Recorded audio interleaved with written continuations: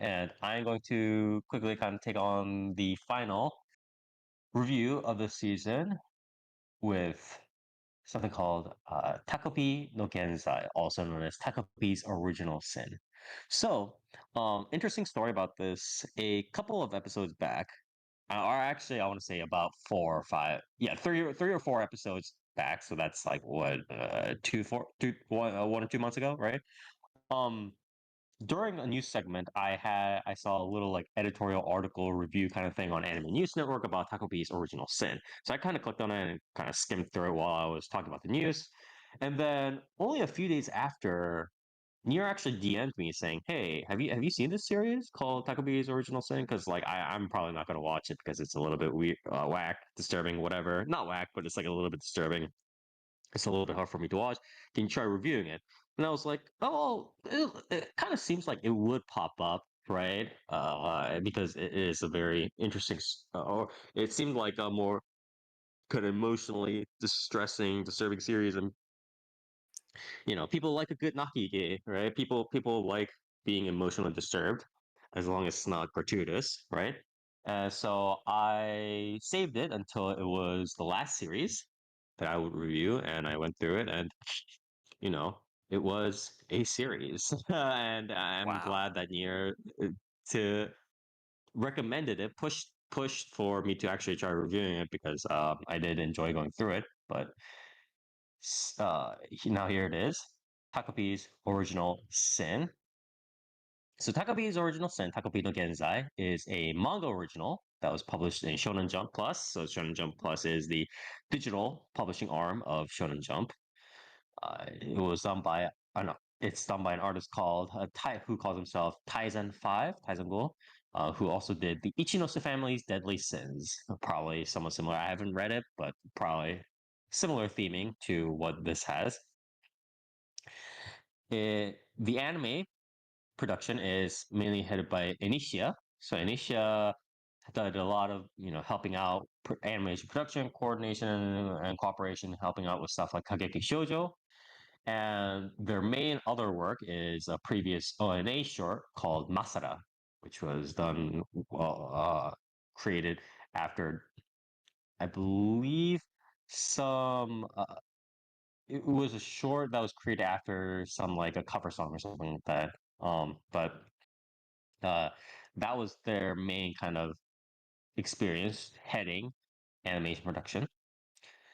The staff is a little bit interesting. So the directorship was headed over to Ino Shinya. So for those of you who don't know, Ino Shinya is the director of Doctor Stone, the anime production, the anime adaptation. And Ino Shinya brought together in for the Takopi some of the old kind of Yushiki team alongside some of his connections elsewhere with stuff like the Black Fox movie, Dr. Stone, so on, create what I want to say is a relatively experienced group of people. And they also have experience with diverse genres, right? Again, they have like some slice of life experience with stuff like Yushiki, Dr. Stone, so on. So they can kind of do it all. So a very interesting group here. And I also want to say this the format of this anime series, right? So the manga original was about 16 chapters or so, and then it ended quite a while back. This, I believe, was a six episode series total. And I forget, I don't know whether it was released all at once with Netflix or whatever or not, but yeah, it's a 6 episode series, which is relatively rare at these times. Going over in the Seiyu or voice acting cast. The voice acting cast is also pretty solid all around, even just like name wise. You have Mamiya Kurumi, Mamiya Kurumi as the titular Takopi. So, for those of you who don't know, Mamiya Kurumi is actually the voice behind Hamtaro, again in the titular Hamtaro. So she is quite a name, a household name. We have Uena Reina as one of the heroines. She's Gakuze. Uena Reina, if you guys don't know who Uena Reina is in 2025, I don't know what to tell you. Never heard of her. We have Koa. Yeah, Is she just an some random voice Musume? I don't actors. know if she is it. I think she actually does do one of the horses, right? If I remember correctly. But you have Quad Economy as the Yes, other Spire. She hero. voices McQueen. That's the joke. She does Quad Economy, or sorry, Quad Economy is the other heroine, voicing Marina, and I mean, Quad Economy does a lot of. She's pretty flexible. Obviously, she's very famous as well. But she's kind of known for doing a lot more. I want to say uh, I don't want to say like low IQ, but kind of floaty, kind of high pitched, kind of like where am I? What is this? Why am I here? Kind of these sorts of girls, right? Empty headed people.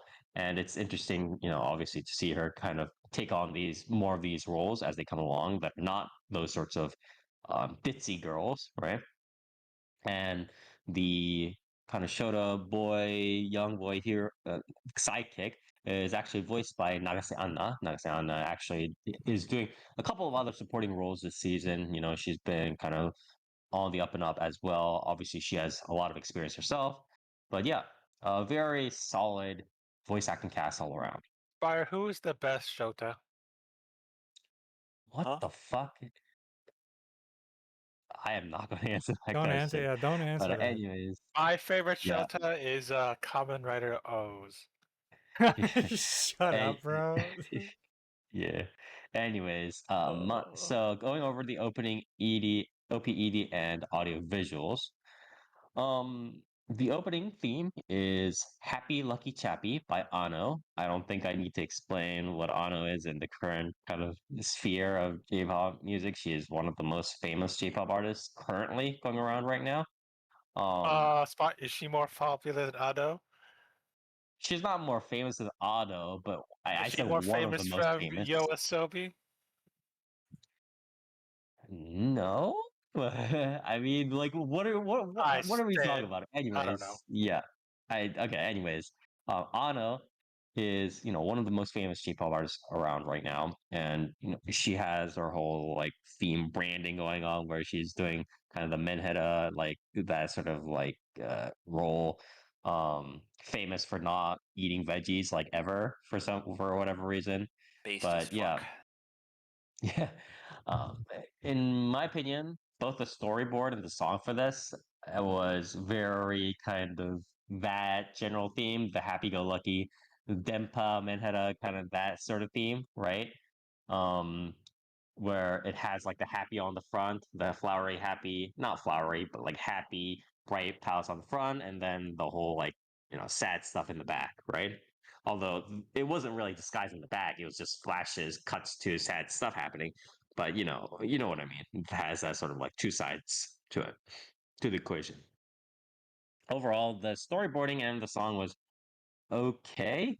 I think the storyboard could have been a little bit more innovative. I think it would have been nice if there were more like disruptive flashes of like good, bad, good, bad, good, bad, kind of like back and forth because it would, I think, fit also a lot with the series in general. But it was a lot more just like character introductions than anything else. So I was like, whatever. Um, Ending theme was Garas no Sen, by Tele. So Tele, I believe, is a solo singer, um, or it's the musical project that is headed by the solo singer slash writer slash whatever artist named Taniguchi Kitaro. But yeah, I did like the storyboard for the ending a lot because while it was still very, very minimalistic and a lot of just like kind of static static scenes and like kind of panning, but it at least had interesting things to look at that wasn't just the character slowly walking across the screen, which happens in so many of these EDs, or just sitting, or the character just sitting there on a screen, which is just like at least give me something else. You know what I mean? So I did enjoy this storyboard a little bit more than the standard minimalistic ED. The song mainly also like vocals and chorus, very slow pace, very quiet. I did like it quite a decent amount. So you guys should maybe check out at least the songs for both the OP and the ED. Going over the audio visuals, a lot of the drawing styles and lines are very it's very strongly in line with the manga's art style, and the palettes themselves are overall kind of much darker, obviously with the exception of whenever Takopi is kind of on its streak, right? When Takopi is talking about its world and Takopi is kind of in its own head, right? Talking about making things happy. Other than that, a lot of it's much darker palette, much more kind of it's not grittier necessarily, but it tries to set a contrast between what Takobi is trying to do and the reality of the world it's dealing with, right? So I do like that sort of contrast. I do think the general models and the animations are all quite well done. Um, and there's not much to really poke holes at in terms of like the animations themselves, because again, a lot of it's also following along the manga as well. The BGM is okay, mostly quiet or slash silent, but it's the important part is like not really disruptive. So that's nice. So that was mostly it for the audio visuals. Not too much to say, I think, but pretty solid with the visual slash animation department. Going over the story. So this is the important part here. First, I do want to kind of put a side thing, and I know this is a little bit of a hot take. Um, I'm not a big fan of like the whole, oh man, we gotta warn this, we gotta put a warning for the violent imagery. Like none of these motherfuckers did it for, stuff like whether it was You know Grimgar who or used to Goblin do it Slayer and it or was Regan cool? Peeler. Capcom. Yeah. Capcom used to do it for Resident Evil and Devil May Cry, and that was pretty cool. Yeah. But I do think it's a little bit laughable when they're like, "Oh, we have to put this up for Koi no Katachi and whatever this is, but not any of the other series that have all this like violent imagery or whatever." But that aside, uh, the the general premise is that you have Takopi, and Takopi is this sort of like alien, comes from this alien planet. It's essentially Doraemon. Takopi is essentially Doraemon. Comes down, has all these gadgets, wants to help out the characters in the cast, right? Become happy. Um, but then all and Takopi starts mingling and tries to deal with all these problems with that the characters have, but all the characters are kind of the character. And by all these characters, I mean Shizuka, the black hair girl, um, schoolgirl, Marina, the girl who's seems to be kind of bullying her at the start, the blonde hair girl, and then the sidekick. Not sidekick, but I guess the third sort of deuteragonist-ish supporting character, more like that dude who likes both Marina and Shizuka, um, Azuma, right? The more Takopi tries to help them, but obviously, as more time goes on and the more Takopi listens into their stories or becomes familiar with their stories and tries to help them, the more kind of twisted things all become, the more kind of intractable and like mired in darkness and mud and whatever all these become.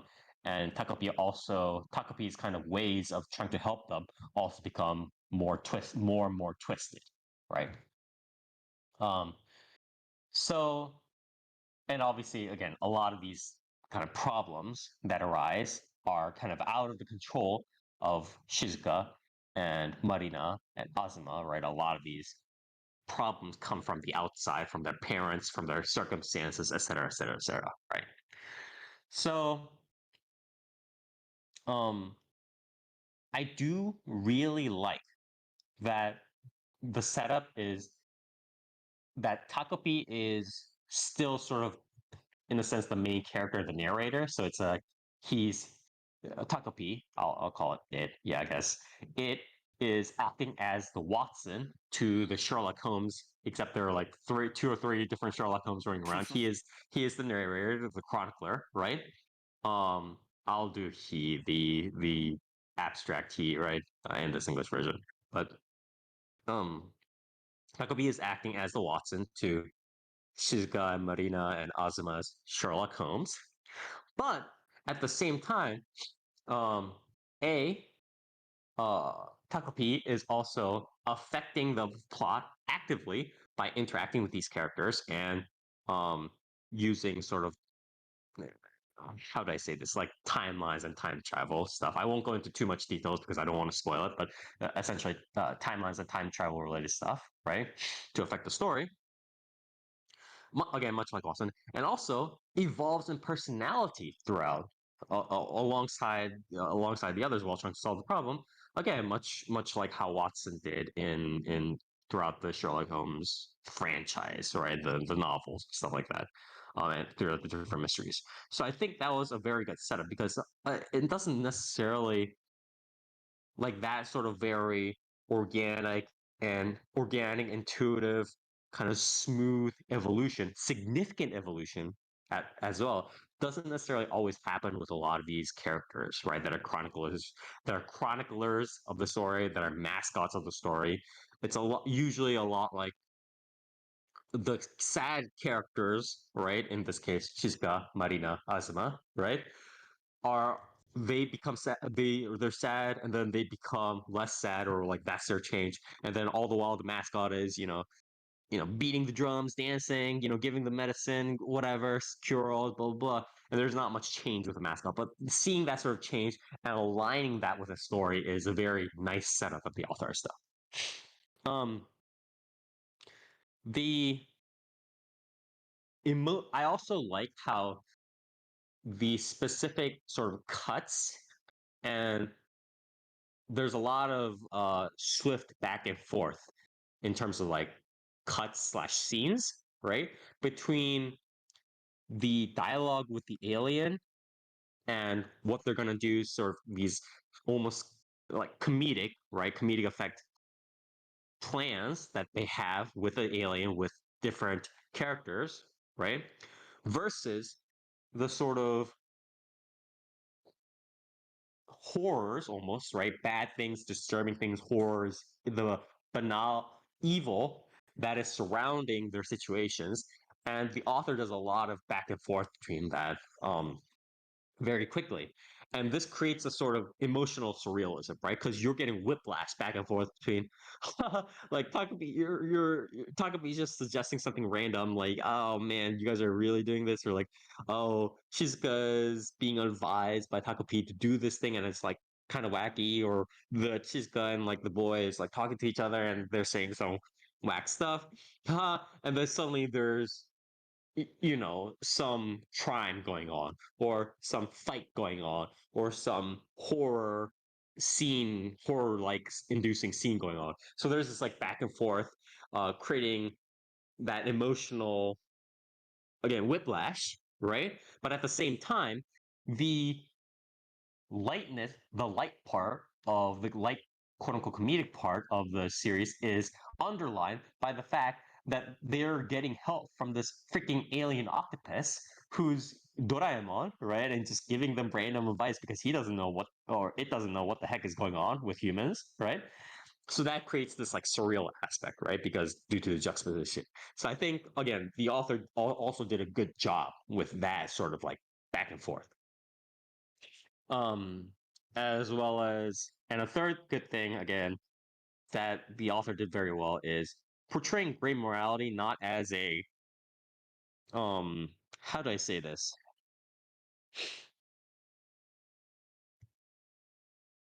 a lot of gray morality, a lot of the ways authors, a lot of the times, the simplest way authors portray gray morality is by doing a very reductionist consequentialist or utilitarian um, ethics problem. And what I mean by that is essentially the trolley problem, right? The easiest way authors set up gray morality is a trolley problem. right? Thanos or characters like that being the very direct example where it's just like, oh, I have to kill millions to save billions, that sort of thing, right? I think the author did a very good job moving a little bit away from that, where a lot of these characters are portrayed, they have their bad sides where they are consciously doing bad things, like obviously just like bad freaking things. But it's a lot like they are put into conflict with each other because of these intractable bad things that are happening within their situations. And a lot of these situations are also very organic and things that you will be able to see in real life, right?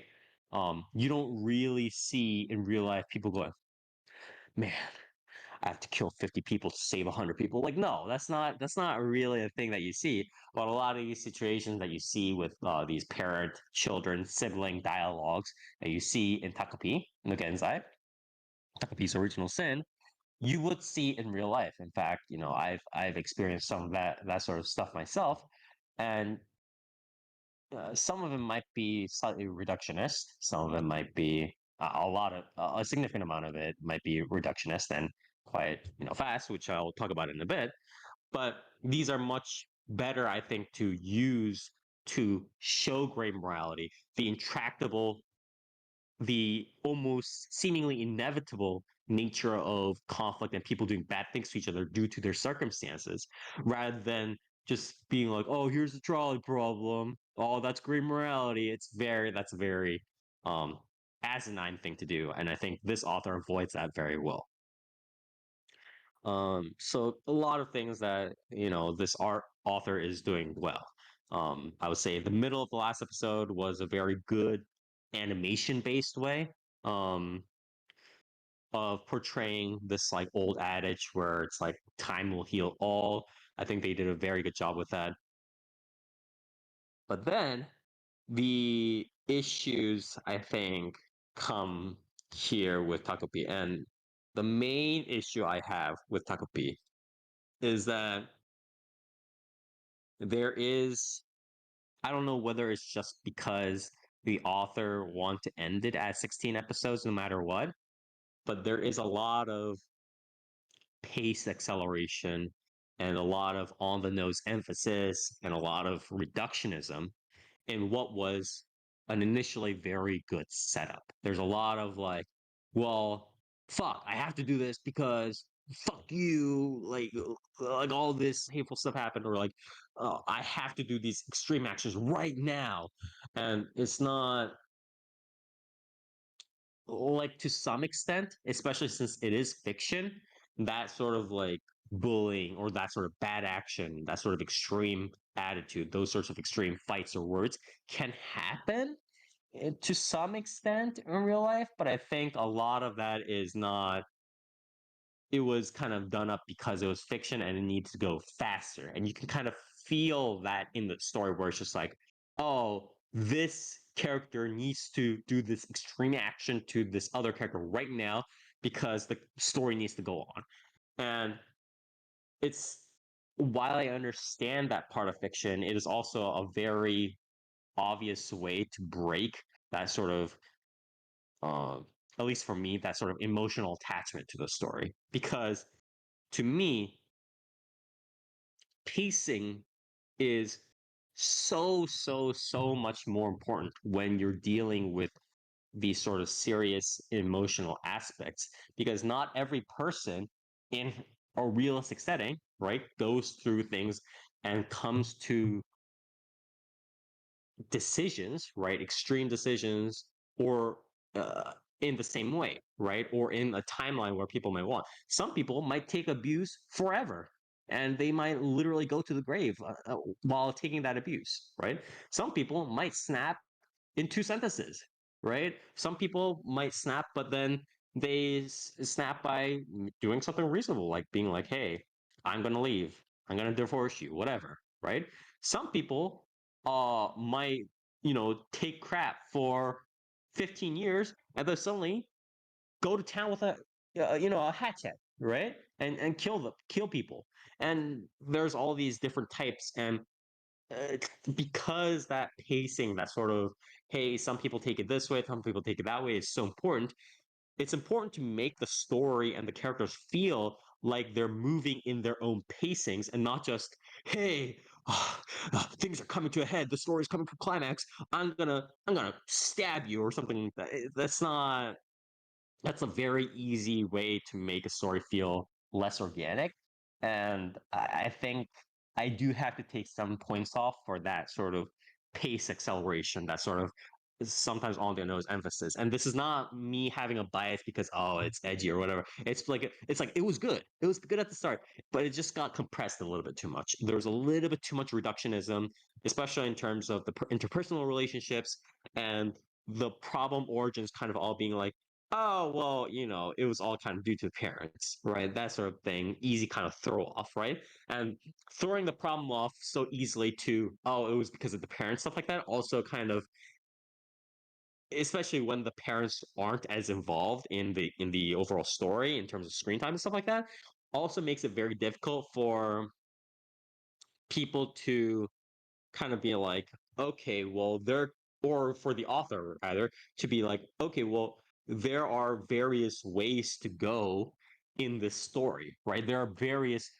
organic ways for these characters to evolve because if the story is outside of the screen, then it's just like, okay, well, these guys are forever destined to fight each other. It's fucked. It's over, right? And a miracle needs to happen.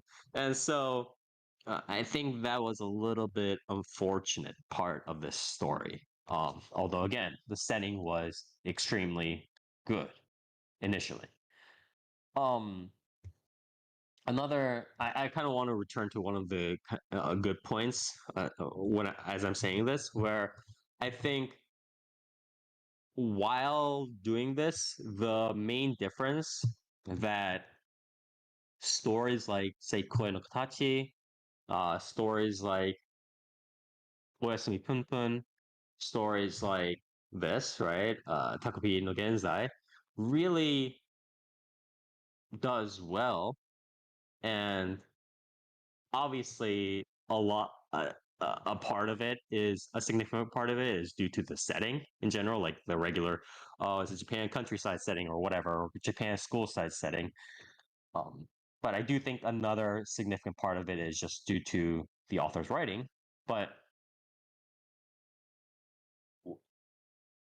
the important part is like, why do we feel so strongly with these sorts of series as opposed to something like, again, Redo of Healer, Grimgar, Goblin Slayer, something like that, right? Where there's just as much, killing and potential rape and or something like whatever Remonster or whatever it is, right? Like what are these series that have all these like like rape and gore or whatever it is.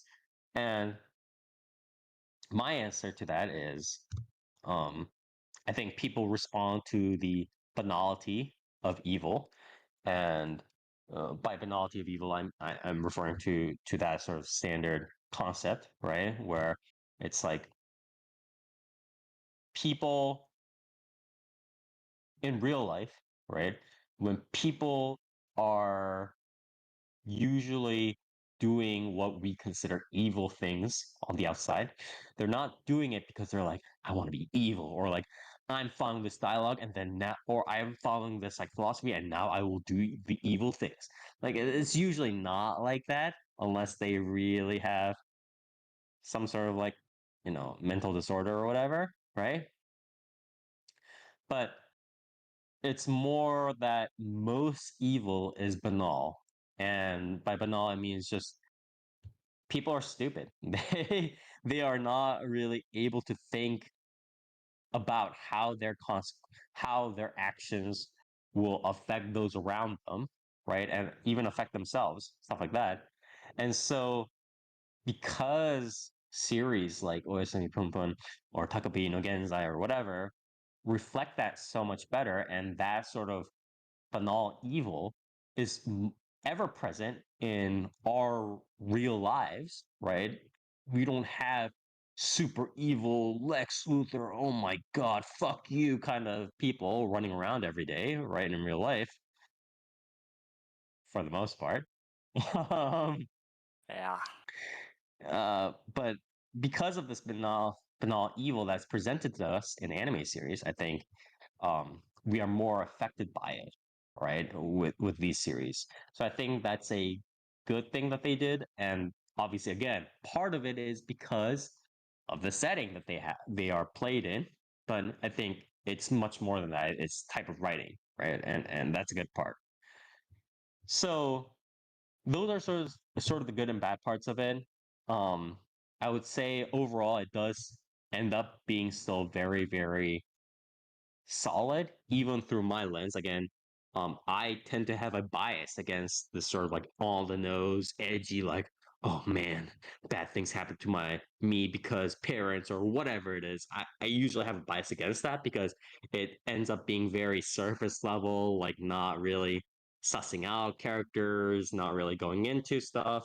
Um, but I think this did a pretty decent job. But again, I have to take points off A because of the sort of too much, the pace is galloping, right? It's 6 episodes. People are just like getting thrown left, right, and center, emotional whiplash, and then boom, it's over. And then episode 6, the ending, that was just like the very ending part of it was just like, oh, the moment I saw that, it was such a train wreck. It was so bad. Like the way, for those of you who might be able to recognize the reference, is the Clawnaut after story, like Snowfield kind of thing, right? Although it wasn't Clawnaut itself as well, season one, right? Like the Snowfield that um I don't know whether it was like Tomoya himself that experienced it or Nagisa or whichever one, but it's like there was that like snowfield with a doll or whatever it was, right? That Yeah. that the episodes kind of refer to. And then it wasn't like that bad, but at the end, like the snowfield became kind of real-ish, and then like everything was good again, like stuff like that, right? Spoilers alert for those of you who Yeah. still haven't watched Clannad, but it's like Takopi's ending was that Kana Snowfield times 100, and it was like, no, do not do that. Like, I don't care if the ending ends up becoming an even worse, like the characters become even worse off because the ending of the story is like, oh man, like, well, it just sucks or whatever it is, right? That would have been a better ending than whatever we got here. That was not. That was I was watching a figurative train wreck in real time. It was bad. That ending was terrible. So I have to docket points for that. I can't avoid docket points for that. And some of it, there are some, obviously when these sorts of very emotionally distressing series get released, there's always like a lot of discussion and back and forth, like is it good, is it trash, whatever stuff online. And there was a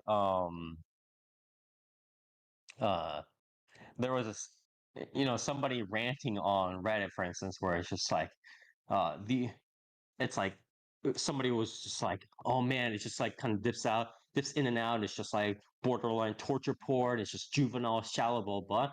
And I understand what he's trying to say in terms of it's essentially the same line as what I was talking about with like the pace being a little bit too fast, right? Stuff like that. But for me, I don't think when a pace when the pace of a story is too fast for what it wants to go for me, it's not something that automatically dumps it to like it being dumpster tier, right? Um, because there's a difference between the pace being a little bit too fast and the script writer, the author of the story, just literally not being able to get at what they actually think they want to get at, right? It's like they want to do something deep, but they never talk about anything deep, right? Or they want to create some sort of like intense, cool dialogue, but then they never actually like do so. That is different from, oh, there are like only 6 episodes, or oh, there are only 16 chapters. Sorry, we couldn't get through all of it. And so I think for me, the pacing being a little bit too fast, a little bit too hurried in Takopi is not a deal breaker. Although again, it does dock some points from it. So while I do understand this opinion that some of these people who are like, ah, Takopi is crap or whatever, have, I don't think, again, it's not a deal breaker, but nor do I agree with the people that are like, wow, it's one of the best things that I've seen. It's so emotionally like wow, it's like there are some clear flaws to it, right? But I did enjoy it. It was thick. It was like swimming through clam chowder. It was heavy, but I did enjoy it.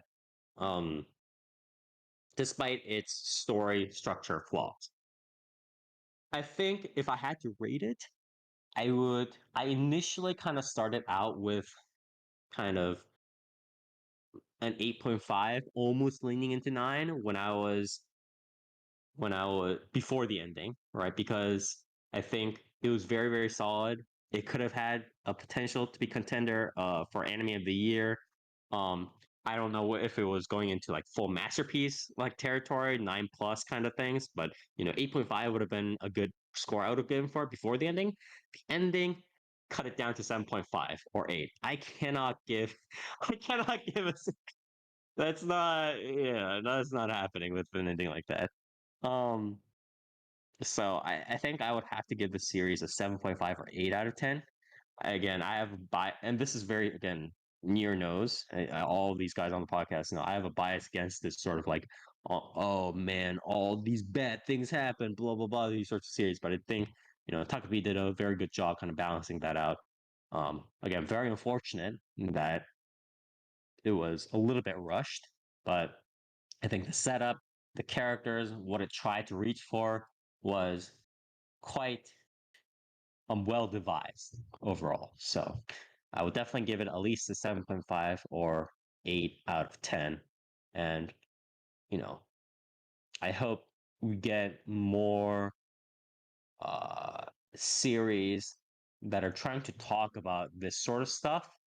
I'm not saying like every series needs to be like super sad and like, oh man, they're so people are just drawn to conflict because of the circumstances and things are crap and like whatever blah blah and I it doesn't necessarily always have to talk about those themes in society, but I do hope that there are other manga that talk about societal themes of importance that become adapted into anime. So um, I did again enjoy Takopi quite a decent amount. A very good uh, breath of fresh air within this season. Although not necessarily, obviously, the first thing of its kind that we've seen in manga, of course, but pretty refreshing this season. And thanks to Nier for helping to kind of push and recommend it for me. So, but yeah, Yeah. So who would win in a fight, Takopi or Hikaru? Doraemon. Oh, Hikaru. I I think well he can like literally go into different universe or timelines, so I think that would probably be Takopi. But yeah, Near, did you have anything that you wanted to add or ask questions or anything like that? No, I was just gonna say like kind of just like the reason I recommended it was like I saw people Mhm. talking about it. I saw it was making a decent amount of buzz online as these series tend to. I think these series that are kind of like trauma porn, you know what I mean? Where it's kind of just Yeah, yeah, like very much so. bad things happening to the characters kind of over and over again and they kind of cry Mhm. and then bad things happen to them again and it's like, you know, I think these kind of series are like they obviously they strike a chord with people and I Mhm. think we've talked about this on the podcast before, but like these series where they kind of um they kind of hit you in the emotional heart kind of over and over again. And I Mhm. think that leaves obviously a lasting impression on people. Um, And it and that also, kind of especially with innately, people who are closer to those experiences, it kind of makes them react more strongly when people have strong opinions about those sorts of series and yeah. themes, And right? Yeah. I think something like that kind of innately makes um, people kind of associate with like something kind of sticking within your memory as being like good. Mhm. And I recommend in this mostly because like, I watched, plenty of series like this. And a lot of the Mm. times they fall apart or they're not very good, or, the emotional weight of them is like a cheap trick to Mm. cover like good character writing and stuff. Um and I wasn't really because this one it's largely focused on like children and abuse and bullying and stuff like that, and I kind of wasn't really willing to go through that kind of subject material while also having the threat of this being like Nakanatsu, just like not stabbing into you. Yeah. yeah, just like not very good or something like that. Uh-huh. And it's just like, am I really gonna like I wasn't really down with the prospect of like watching children be abused for 6 episodes if like the Yeah, series was yeah, dog yeah, shit, yeah, yeah, right? yeah, yeah. So I'm glad it like is actually pretty decent. Um Hmm. but yeah, I just kind of wanted to put my 2 cents in there as to why I didn't watch this one. 'Cause, Yeah, yeah, yeah. That's you know, fine. yeah. But yeah.